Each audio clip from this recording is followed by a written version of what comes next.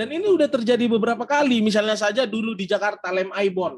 Kalau teman-teman mungkin ingat bagaimana dulu harga satu lem Aibon berapa puluh ribu, yang dimana juga jadi polemik, akhirnya direvisi misalnya. Bahkan di Kota Serang sendiri sekarang menjadi polemik bagaimana ada anggaran untuk sewa akuarium dan ikan arwana di ruangan Wali Kota Serang begitu. Itu kan berarti menunjukkan masih banyak sekali di pos-pos anggaran baik itu di kota, di kabupaten ataupun di provinsi yang sering diseludupkan begitu loh.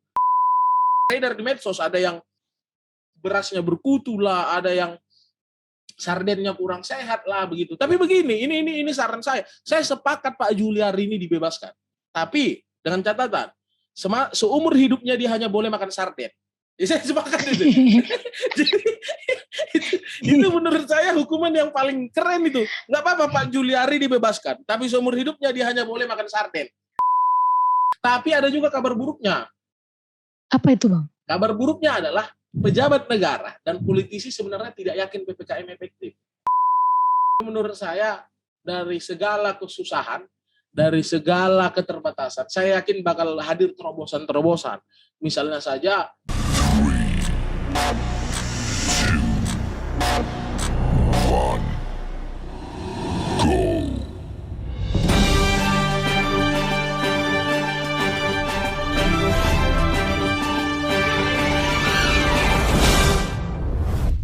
Halo semuanya, kembali lagi di Bincang Sepekan bersama saya, Nadia Rebecca Bardosi.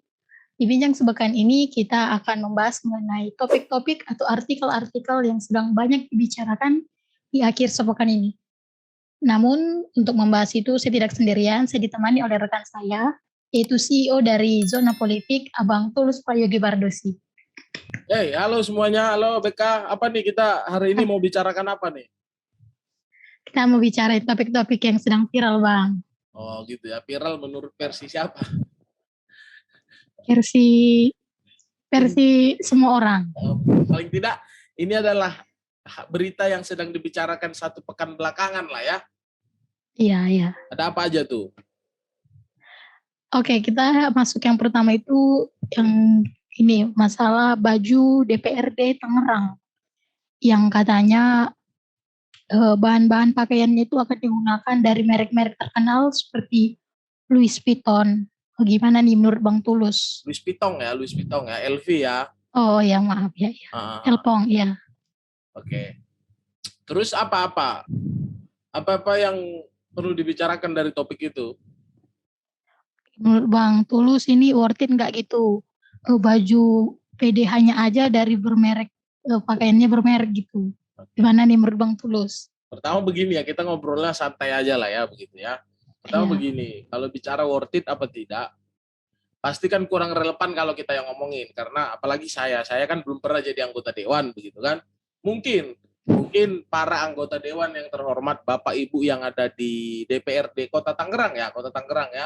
Ya, Kota Tangerang betul. Kota Tangerang itu merasa dengan menggunakan baju LV atau merek terkenal itu yang biasa dipakai oleh model begitu kan, mungkin mereka merasa menjadi lebih percaya diri mungkin ya. Walaupun memang kalau kita mencari hasil penelitian atau kalau kita mencari pendapat ahli yang menyatakan ada korelasi antara merek baju dengan kinerja, itu nggak ada setahu saya. Jadi mau bajunya semahal apapun, mau bajunya sebranded apapun, tidak mempengaruhi kinerja begitu, karena pada akhirnya kinerja mereka adalah melayani masyarakat kan begitu. DPRD ini kan adalah Dewan Perwakilan Rakyat Daerah kan begitu, yang dimana mereka lah mewakili kepentingan rakyat di masing-masing daerah melalui membuat aturan begitu kan, melalui membuat budgeting anggaran, melalui memberikan pengawasan terhadap pemerintah kan begitu. Tentu tidak ada korelasi secara langsung dengan merek baju yang digunakan kan begitu. Tapi menurut saya begini, saya malah curiga karena anggaran yang saya lihat itu untuk biaya jahitnya berapa? 600 juta ya? 600 juta iya. 600 juta untuk biaya seluruhnya kurang lebih berapa miliar itu? Kurang lebih 2 miliar kalau saya tidak salah. Iya ada 2 miliar sama ongkos jahitnya. Sama ongkos jahit segala macam. Tapi kan yang saya cari ini, karena kan sebelum kita ngobrol nih saya sempat juga nyari, bahwasanya harga baju LP itu jauh lebih mahal dibanding ada di DPRD itu. Saya khawatirnya begini, anggota dewan yang terhormat nih pengennya pakai baju branded, udah ngeluarin anggaran yang menurut banyak orang tidak masuk akal, malah khawatirnya itu barang-barang KW lagi. Udah ngabisin, karena ngerti nggak? Jadi harga Louis Vuitton itu kalau kita cari di marketplace atau di online begitu dari berbagai sumber kita cari, itu jauh lebih mahal daripada apa yang mereka anggarkan. Udah mah anggarannya menjadi polemik, mahal jadi polemik, malah ada indikasi kalaupun itu jadi itu barang bakal KW gitu loh, kan jadi double komedi begitu. Kebijakannya jadi polemik, baju yang didapat pun KW kalau jadi, walaupun akhirnya sudah dibatalkan begitu ya, dibatalkan akhirnya ketua DPRD kalau saya tidak salah itu minta maaf begitu kan. Cuman itu yang jadi aneh baik sebenarnya, dan rekan-rekan semua yang menonton video ini. Kejadian seperti ini sebenarnya bukan baru kali ini terjadi. Banyak sekali anggaran-anggaran yang menurut beberapa pemangku kebijakan, ketua DPRD dalam hari ini kan adalah pembuat kebijakan, decision maker-nya kan begitu. Pada akhirnya setelah ini menjadi polemik, mereka akan berbicara, saya tidak tahu ada anggaran itu. Nah pertanyaannya kan bagaimana mungkin suatu anggaran bisa disusun dan bahkan disahkan, tapi pimpinannya tidak tahu. Dan ini udah terjadi beberapa kali, misalnya saja dulu di Jakarta lem Aibon.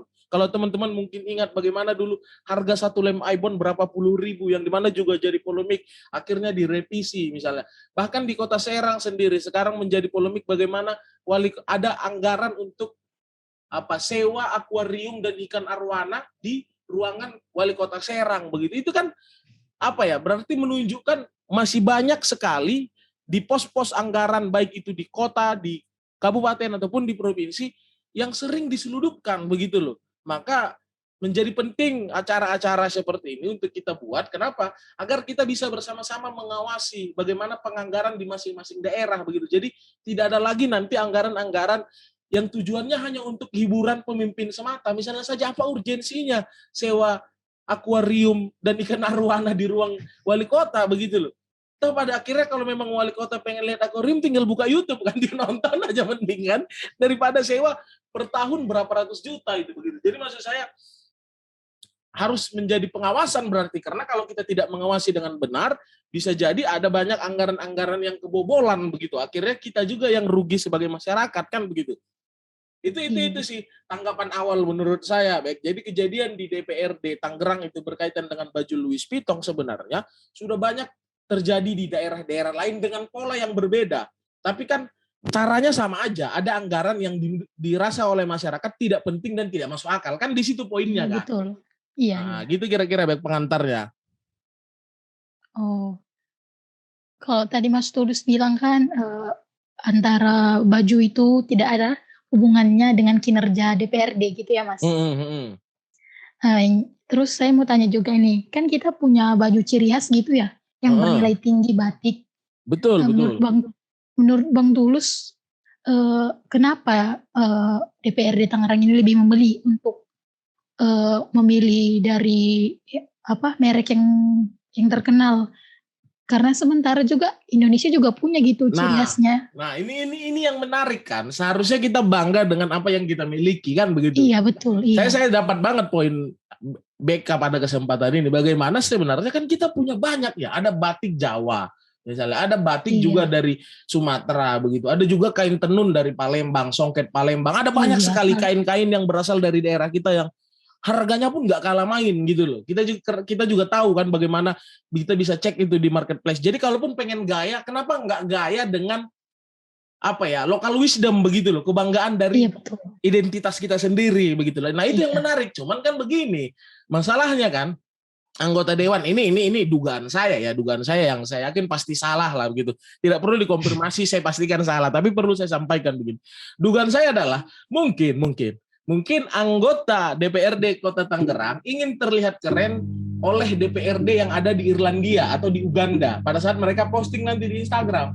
Makanya perlu pakai brand dari luar negeri begitu loh, agar DPRD Irlandia, DPRD Uganda, DPRD Italia bahkan asal dari Louis Vuitton itu sendiri tahu, keren nih apa nih namanya hype beast nih anggota DPRD Kota Tangerang nih gitu loh.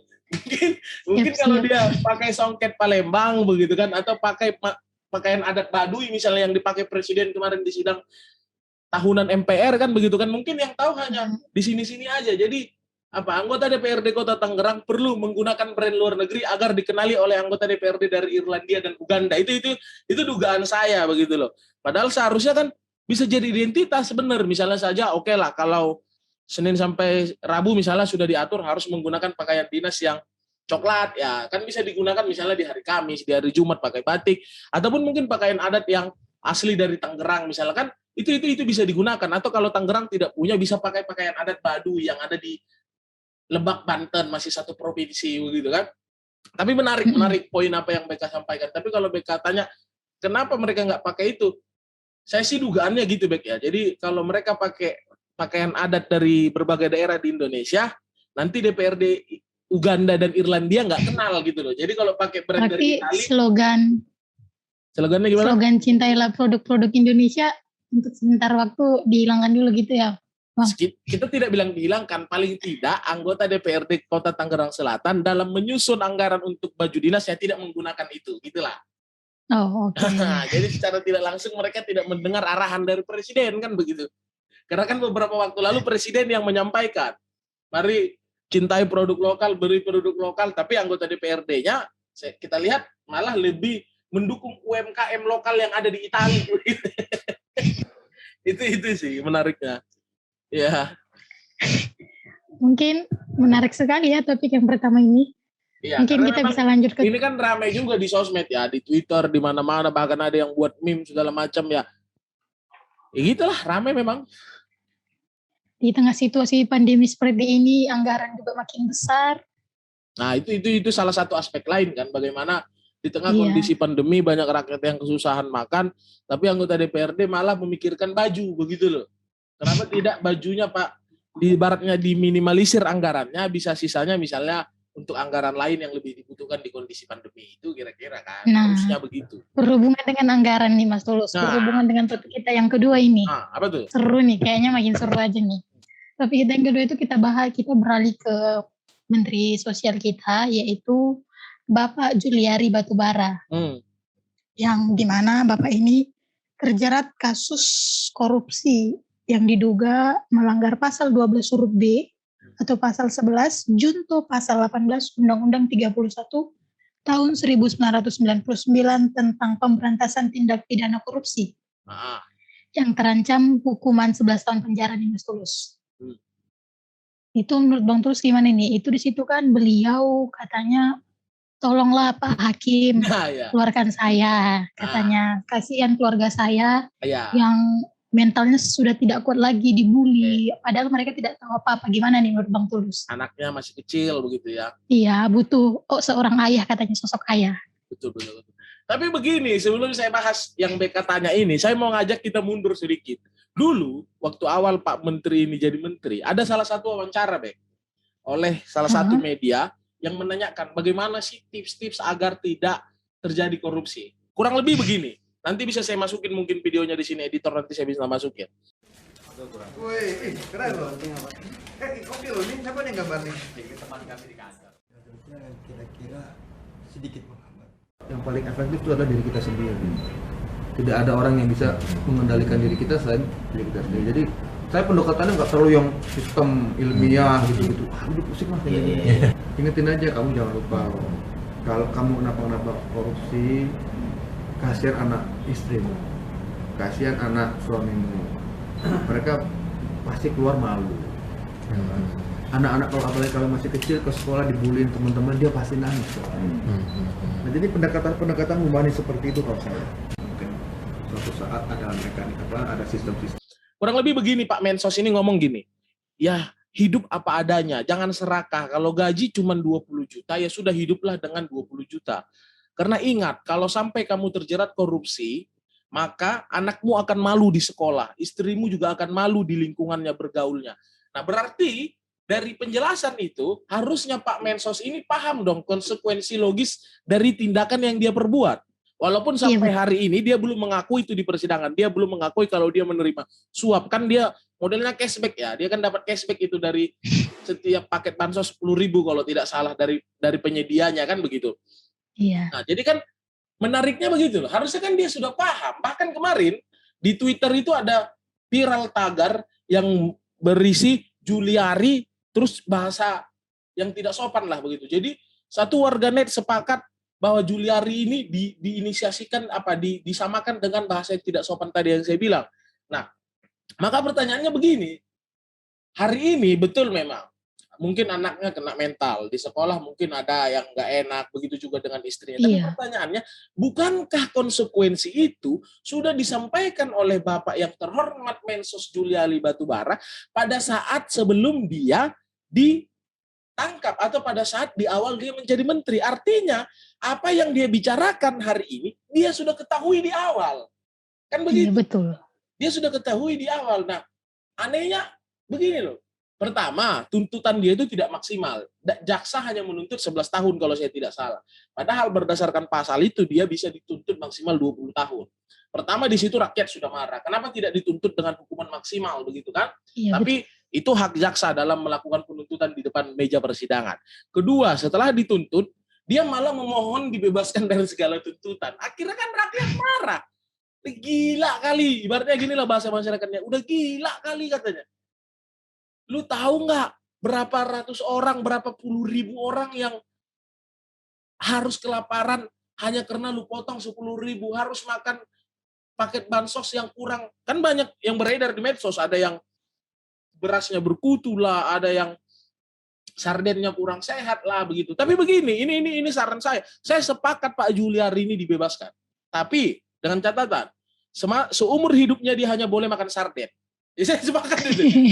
Jadi, itu menurut saya hukuman yang paling keren itu. Nggak apa-apa Pak Juliari dibebaskan, tapi seumur hidupnya dia hanya boleh makan sarden. Kan ngeri ya? Dia makan sarden aja tiap hari. Sarapan makan sarden, makan siang makan sarden, pengen nyemil makan sarden. Pokoknya nggak boleh yang lain. Lauknya hanya boleh sarden. Agar dia merasakan bagaimana penderitaan masyarakat yang dia korupsi. Jadi menurut saya, memang dia punya hak. Sebagai terdakwa dia punya hak melakukan pembelaan atau pledoi lah. Pembelaan diri, iya. Pledoi di depan pengadilan. Tapi maksudnya juga harus bisa dong. Tapi sulit lah ya kalau memang dia punya kondisi kebatinan terhadap rakyat, dia nggak mungkin korupsi. Intinya ini kembali lagi ke majelis hakim yang mulia dalam persidangan itu. Walaupun kita tidak bisa intervensi hakim, tapi kita berharap saja dalam diam kita, Iya. kalau hakim memberikan putusan yang seadil-adilnya untuk bagaimana kepentingan korban hari ini yang dikorupsi, bansosnya bisa terwakili melalui lembaga pengadilan. Menurut saya sih itu poin pentingnya. Ya, kalau dari saya sarannya sih begitu, diputus bebas, tapi hukumannya makan sarden seumur hidup. Itu kira-kira Bek, awalnya pengantarnya gitu. Oh, gitu. Jadi makan sarden 1 tahun, bukan 1 tahun ya, seumur hidup ya Bang. Itu bapaknya sendiri atau beserta keluarganya? Janganlah kalau keluarga, apalagi anak, kan nggak Iya. tahu ya, mungkin istri boleh lah ikut, karena kan istri kayaknya tahu lah, kalau anak kayaknya enggak lah, kasihan lah. Paling nggak Pak Juliari lah yang wajib makan sarden setiap seumur hidupnya, kalau istri kayaknya ya gimana kesediaannya aja. Walaupun kita tidak bicara personal di sini ya, yang kita bicarakan adalah jabatan dan perilaku beliau pada saat menjabat menteri kan begitu. Karena toh saya pribadi dan mungkin banyak orang tidak mengenal who is Juliari Batubara sebelum jadi Mensos kan begitu. Tidak ada yang mengenal siapa dia sebelum jadi Mensos, walaupun banyak yang tahu mungkin sebelumnya dia adalah politisi PDIP dan lain-lain. Tapi intinya kalau kembali lagi ke permasalahan tadi, menurut saya majelis hakim harus mampu memberikan putusan yang seadil-adilnya, karena pada dasarnya Pak Juliari Batubara sebagai terdakwa berhak mengajukan pembelaan diri atau pledoi di depan persidangan. Itu sih. Iya. Walaupun Nah, memang pembelaannya sangat nggak masuk akal kan gitu. Iya. Namun katanya alasan untuk melakukan pembelaan itu dia itu akan menyanggah terkait dengan penerimaan uang dari PT Bumi Pangan Dikdaya yang ia sebut tak pernah didengar selama persidangan bergulir. Itu gimana itu Bang? Ya tentu, karena kan dalam hukum begini ya, ini juga sekalian saya mengedukasi, walaupun backgroundnya adalah zona politik, tapi kan kita juga belajar hukum juga. Dalam hukum ada namanya asas presumption of innocence. Apa itu asas presumption of innocence? Adalah asas praduga tak bersalah, yang dimana memiliki makna setiap orang dianggap baik atau benar atau tidak bersalah sebelum ada putusan yang berkekuatan hukum tetap dari pengadilan.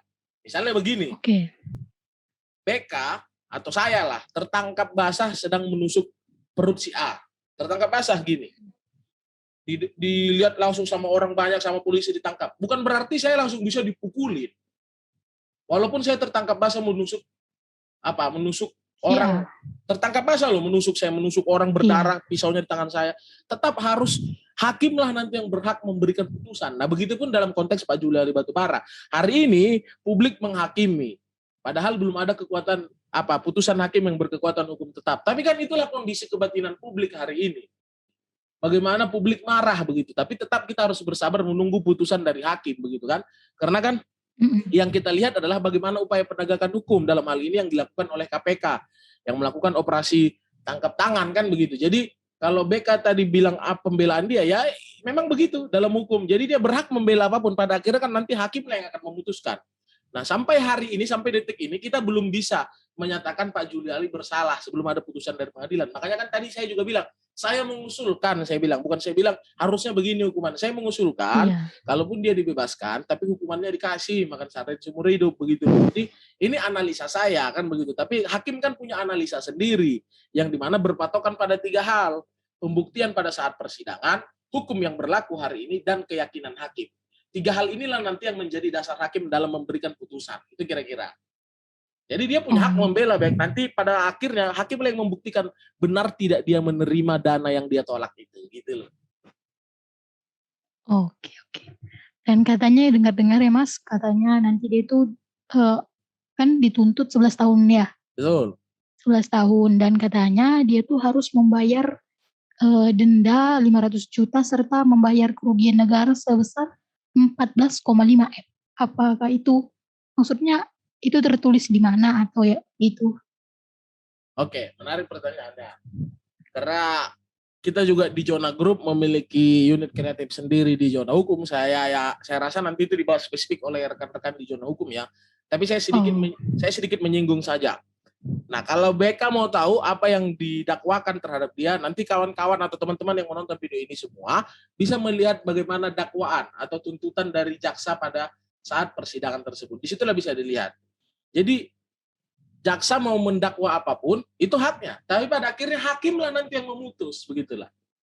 Jadi masalah nanti dia diberikan sanksi denda 500 juta tadi atau mengganti kerugian negara sebesar 14,2 M tadi yang BK bilang, itu pada akhirnya pada akhirnya akan dilakukan kalau hakim memutus demikian.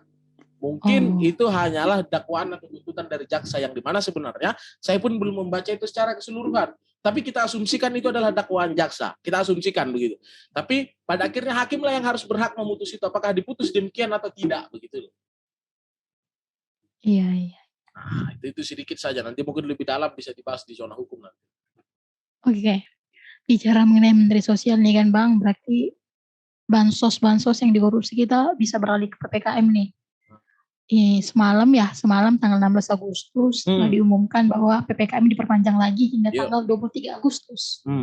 Nah, di situ ada mengenai aturan baru bahwa katanya mal untuk daerah DKI Jakarta, Surabaya dan Semarang sudah dibuka. Ya. Dan di situ kita harus menunjukkan kartu vaksin nih kalau nggak salah dari aplikasi Peduli Lindungi. Ya.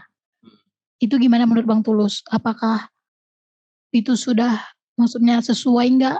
Kenapa PPKM masih diperpanjang tapi mau dibuka? Itu gimana sih Bang Tulus? Oke. Ini yang menarik. Kemarin juga kan saya tanggal 16 Agustus itu sebelum PPKM diperpanjang, siang hari saya juga mengisi diskusi di salah satu jurusan di kampus di Banten begitu. Saya juga bilang sebenarnya, saya tidak ada masalah karena saya tahu hari ini kita terbagi. Ada kelompok masyarakat yang sepakat PPKM diperpanjang. Ini adalah orang-orang yang berpikir dengan PPKM maka pandemi akan segera berlalu. Tapi ingat, dia ini punya uang yang cukup. Nah, ini satu kelompok Ini satu kelompok. Ada satu kelompok lagi masyarakat yang juga kepengen pandemi cepat berlalu. Tapi kalau di PPKM diperpanjang, makannya terancam. Nah, jadi sebenarnya tujuan dua kelompok masyarakat ini sama-sama pengen pandemi cepat berlalu. Pandemi cepat berlalu. Cuman yang ini kalau PPKM diperpanjang, dia makannya terancam. Cuman yang ini kalau PPKM diperpanjang, dia mah santai aja, uang tabungannya masih banyak, Iya. ibaratnya simpanannya masih ada. Nah, itu yang menurut saya pemerintah harus hadir. Bagaimana negara harus hadir melalui pemerintah. Apa yang saya maksud di situ? Nah, kalau untuk orang-orang yang punya simpanan ini, maka apa yang perlu misalnya? Apa yang diperlukan? Keamanan, kenyamanan, maka pemerintah fasilitasi itu. Misalnya, kalau untuk kelompok yang ini tadi, yang juga ingin pandemi berakhir, tapi kalau PPKM rezekinya hilang, ya pemerintah juga harus fasilitasi, berikan jaring pengaman sosial, berikan bansos, Betul. BLT. Itu yang sebenarnya poin pentingnya. Nah, kalau BK tanya, kenapa mal dibuka? Secara tidak langsung itu adalah mengakomodir kepentingan kelompok ini. Iya, iya. Nah, Iya. yang tadi saya bilang, ya mereka mau PPKM, mau enggak, malah mereka setuju PPKM dilanjutkan. Kenapa? Lanjut. Karena mereka masih ada simpanan, begitu loh. Nah, itu dari kelompok menengah ke atas. Berbeda dengan kelompok yang bekerja, buruh harian. Misalnya saja para Gojek, terus juga UKM, pedagang kaki lima, UMKM. Nah, itu yang harus terus diakomodir menurut saya. Karena kan dulu juga di awal PSBB transisi, ini kan jadi polemik.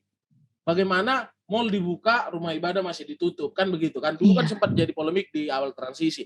Makanya dari PPKM darurat ataupun level-levelan ini, pemerintah kan mengantisipasi. Akhirnya istilah yang digunakan terhadap rumah ibadah tidak lagi ditutup, tapi dibatasi, begitu loh. Jadi tetap dibuka. Iya. Misalnya saja masjid masih boleh mengumandangkan azan, tapi hanya pengurus masjid yang boleh di dalam, misalnya. Begitupun dengan rumah peribadatan yang lain. Jadi menurut saya sudah ada perbaikan dari istilah-istilah yang digunakan. Karena kita ini kan masyarakat yang beragama, ada 5 atau 6 agama yang diakui di Indonesia. Iya. Itu kan harus diakomodir semua. Kalau pemerintah bilang rumah ibadah ditutup, saya yakin banyak masyarakat yang akan marah, begitu loh. Kenapa rumah ibadah ditutup, mal tidak? Padahal kan sebenarnya rumah ibadah ini pun ditutup karena khawatir. Karena kalau rumah ibadah dibilang dibuka, pasti orang beribadah dan pasti beribadah berkumpul. Makanya kan hari ini diperbaikilah istilahnya, rumah ibadah dibuka tapi dibatasi. Begitupun dengan mal. Mal sekarang dibuka tapi dengan syarat dan ketentuan yang berlaku, kan begitu. Nah, itu menurut saya sih sebenarnya di situ, Bek. Jadi bagaimana hari ini pemerintah coba menyeimbangkan antara kondisi ekonomi yang tengah melemah begitu. Jadi sentra-sentra perekonomian itu harus diupayakan masih bisa berjalan walaupun tidak dengan kondisi yang maksimal begitu, misalnya saja mal, pasar dan lain-lain. Tapi pemerintah juga tidak bisa lupa harus bertanggung jawab terhadap warga negara yang memang membutuhkan tanggung jawab negara di dalamnya, baik melalui bansos, melalui bantuan langsung tunai, dan program-program jaring pengaman sosial lainnya. Jadi itu yang terpenting, jangan sampai hanya mengakomodir 1-2 kelompok saja, yaitu kelompok menengah ke atas, tapi tidak mengakomodir kelompok menengah ke bawah. Itu menurut saya yang harus terus kita suarakan. Oke. Jadi kita bicara mengenai pemerintah yang harus memberikan pelayanan atau apa. Jadi pemerintah juga mengeluarkan Bang Tulus, Pak, kemarin kalau nggak salah Pak Presiden mengumumkan bahwa harga tes PCR turun ya, setengah harga, dan keluarnya itu waktunya itu udah 1x24 jam. Itu menurut Bang Tulus gimana? Ya, kalau saya bilang apa ya, pada akhirnya kan PCR digunakan oleh siapa sih? Pak, yang kalangan yang pertama tadi, Mas. Enggak juga. Kalau kita bilang misalnya naik pesawat, orang yang menengah ke bawah juga ada yang naik pesawat. Tapi begini, pengurangan terhadap PCR itu, kalau saya tidak salah, nanti informasinya bisa di cross check ke berbagai sumber. Itu terjadi karena ada yang viral di sosmed, kalau PCR di India ternyata 90.000. Nah, sementara di kita selama ini 900 ya atau 800, saya ingat dulu waktu 900 terakhir. 900 saya PCR dulu. Nah, akhirnya ramailah di publik. Wah, kenapa di India yang negaranya cuma boleh calia, boleh kan kena cuma 90.000. Kenapa di kita yang konon katanya puskesmas ada fasilitas kesehatan segala macam sudah diperbaiki bisa semahal itu? Nah, akhirnya langkah cepat pemerintah walaupun sudah agak terlambat ya, akhirnya ibaratnya udah terciduk lah, tapi paling tidak ada respon cepat lah terhadap informasi itu. Akhirnya diputuskanlah oleh Presiden bahwa harga PCR itu di harga 400 sampai 550 maksimal ya. Iya, betul. Ya, walaupun memang laboratorium atau fasilitas kesehatan sudah sempat merasakan nikmatnya harga PCR itu kan begitu kan. Yang dimana mungkin mereka secara tidak sengaja buat harga itu ya, kebetulan aja harganya segitu gitu. Jadi saya yakin para fasilitas kesehatan dan laboratorium yang ada tidak ada niatan lah untuk membuat harga PCR mahal ya, kebetulan aja, nggak mungkin lah disengaja mahal ya. Iya, nggak mungkin disengaja mahal. Bisa kali laboratorium atau fasilitas kesehatan logonya dipasang di diskusi kita. Iya, saya juga ngomong gitu, barangkali ada nanti dari lab mana pengen pasang di sini logonya di atas kan, bisa kali. Tapi intinya gitu, menurut saya yang terpenting adalah bagaimana ke depan, karena ini udah jadi kajian di mana-mana. Bisnis kesehatan itu ke depan bakal gila-gilaan. Tapi menurut saya lagi-lagi negara harus hadir melalui pemerintah. Dalam bentuk apa? Paling tidak mengontrol harga. Jadi tidak ada monopoli. Jadi tidak hanya 1-2 perusahaan yang menguasai begitu loh. Jadi semua bisa menguasai, pada akhirnya harga pasar pun bisa bersaing. Akhirnya kita pun rakyat bisa dengan bebas dan secara mandiri memilih layanan kesehatan yang kita butuhkan. Itu loh. Tapi kalau hanya dimonopoli hanya 1, 2, 3 perusahaan saja, akhirnya ya kita mau kemana? Katanya PCR 900 ya, nggak mungkin kita ke India, ongkosnya aja udah berapa? Di India juga harus PCR kan gitu.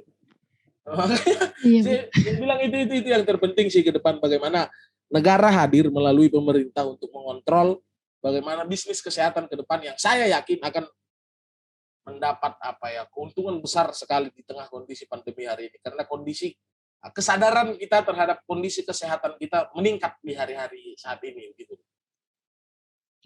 Tapi kita juga dapat kabar baik juga nih Bang Tulus. Katanya di Jawa Bali grafiknya sudah mulai menurun ya. Oh ya. Sama bor ya. Ini tempat keterisian tempat tidur di rumah sakit mulai menurun begitu. Sudah mulai kosong, iya. Sudah mulai menurun. Kalau kosong kan nggak mungkin ya, ada perawat jaga juga.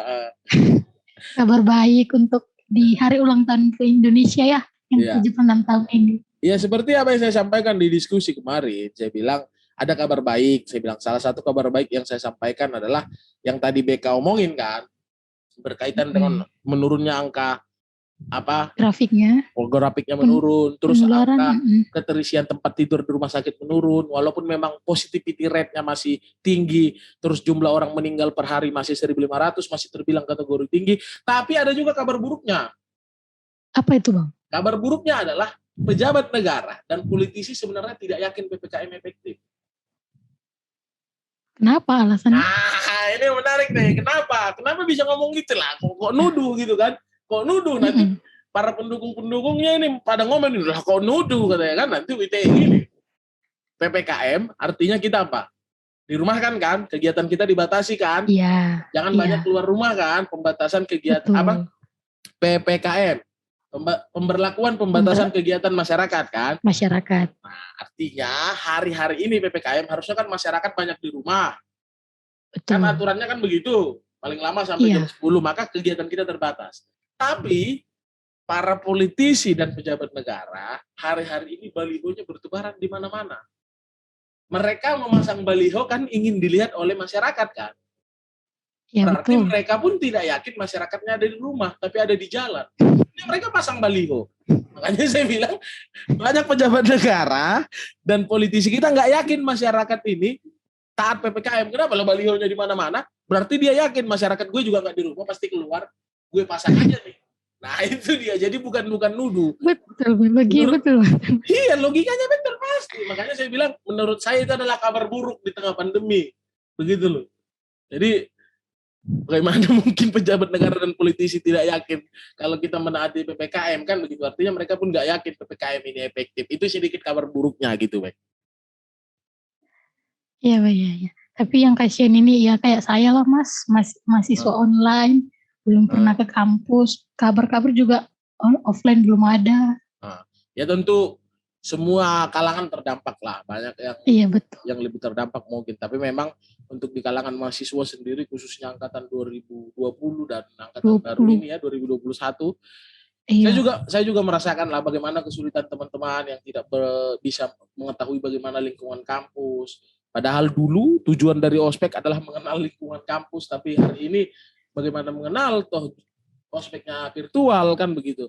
Tapi menurut saya dari segala kesusahan, dari segala keterbatasan, saya yakin bakal hadir terobosan-terobosan.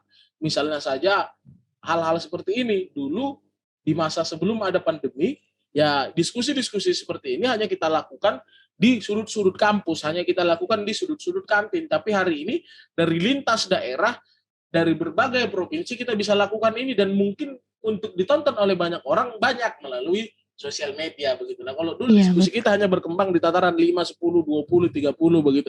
Paling banyak satu kampus begitu. Nah, kalau sekarang potensi diskusi kita bisa ditonton oleh seluruh dunia kan begitu. Jadi menurut saya memang ada keterbatasan, ada ketidakenakan. Tapi saya yakin dari segala keterbatasan dan kekurangan itu mudah-mudahan bisa menghadirkan terobosan-terobosan baru yang mungkin sebelumnya belum pernah dicoba atau belum pernah dilakukan. Sebenarnya di situ. Jadi mahasiswa-mahasiswa baru juga baik angkatan 2020 dan 2021, saya berharap sih ada terobosan-terobosan baru yang mereka temukan begitu. Itu sih. Ya, semoga lah pandemi COVID-19 ini cepat berlalu, Indonesia kembali pulih, UMKM juga kembali normal. Amin. Dan mungkin Bang Tulus bisa ngasih pesan ataupun mungkin motivasi di akhir video kita ini. Oke, semacam closing statement lah ya. Kalau motivasi pesannya saya kayak motivator gitu ya. Jadi kayak Mario Teguh saya nanti kan. Intinya begini, bertepatan dengan kita tag video ini juga kan 17 Agustus ya. Iya betul. Agustus 2021 di mana Indonesia berusia 76 tahun. 76 tahun kalau untuk manusia itu bukan lagi muda. Tapi untuk suatu bangsa itu masih muda. 76 tahun itu untuk suatu bangsa masih masuk kategori muda. Tapi poinnya adalah begini. Bertepatan dengan pandemi ini, mungkin nuansa 17-an sangat berkurang terasa. Tapi yang terpenting adalah bagaimana semangat 17 Agustus tidak berkurang terasa. Maka marilah lakukan peran sesuai dengan fungsinya masing-masing.